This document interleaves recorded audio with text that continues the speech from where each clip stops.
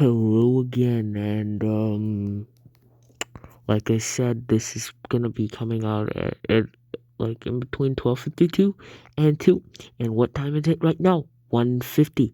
Of course, it may not actually come out at like that area because I may make this longer. But that aside, let us begin our tale of suspense.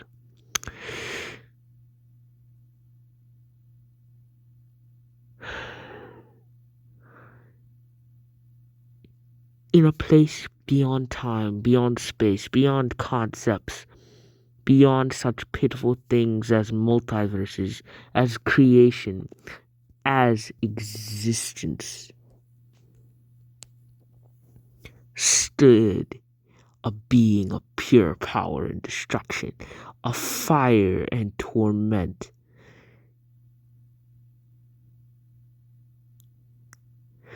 They named him Harukai. Harukai was unstoppable, a conqueror of dimensions, of multiverses. The greater omniverse itself had been under threat.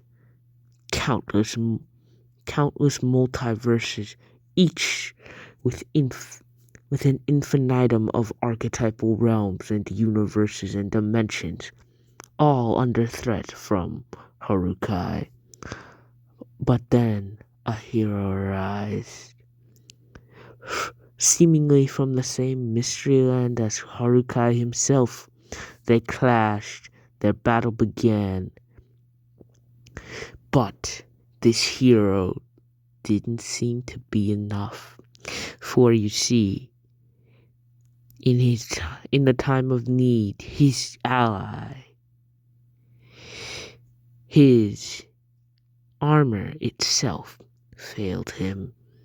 Weakened, Harukai was able to kill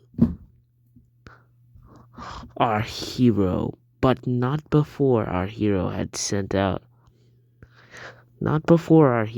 been able to use a special magic spell that would seal down and then away Harukai. Harukai was banished to the Tempest Tower, a place beyond places. A whirling nightmare surrounded it. Creation itself was in the Tower of Harukai. Ironically enough, Harukai, now bound to the tower, awaited his revenge, as all of them did. He was not the first, he was not the only, he wouldn't be the last of the numerous foes tied to the tower, but he was the only one to be tied outside of it. A sin had been done by him so great that such harsh judgment had been passed by the rulers of the Omniverse.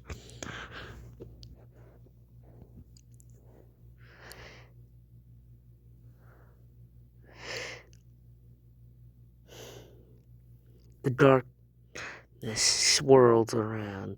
The towers constantly shook and banged and riveted, constantly in absolute fear and horror from what creatures scratched at its doors, of what meteors crashed upon its surface.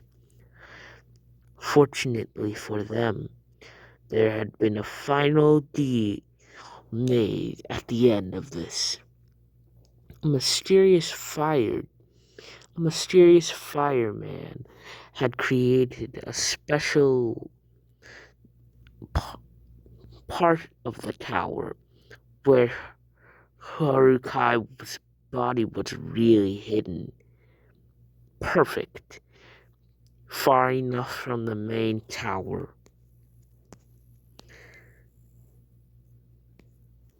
But close enough for if time ever came, Soulfire could strike him down.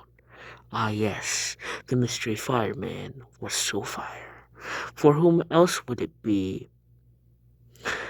Soulfire, however, was not as we know him now. He was in his true form, the one that viewed all of this multiverse, this quote unquote omniverse as fictional, fragment, a waste of his time and effort. Trillions of multiverses, trillions of eternities that had that had that had gods and monsters and stories of absolute beauty, horror, and anything in between, all but irrelevant to him. This Soulfire was the one who had fought Harukai. This is the Soulfire who built the next levels of the tower to protect creation itself. This is the Soulfire who knew no lines that couldn't be uncrossed, who wouldn't destroy anyone and anything to protect the greater omniverse and the lower omniverse. Suffice to say, of these beings, Soulfire ultimately was the first banished by a mysterious group called the Omnispotentious. The magical super deities beyond all of this, beyond even Soulfire. Concepts such as beyond were an insult, but alas, he still attempted to fight, and he lost miserably. Soulfire was cast into the great darkness, forced to watch as the Omnispotentious took his tower, his creation.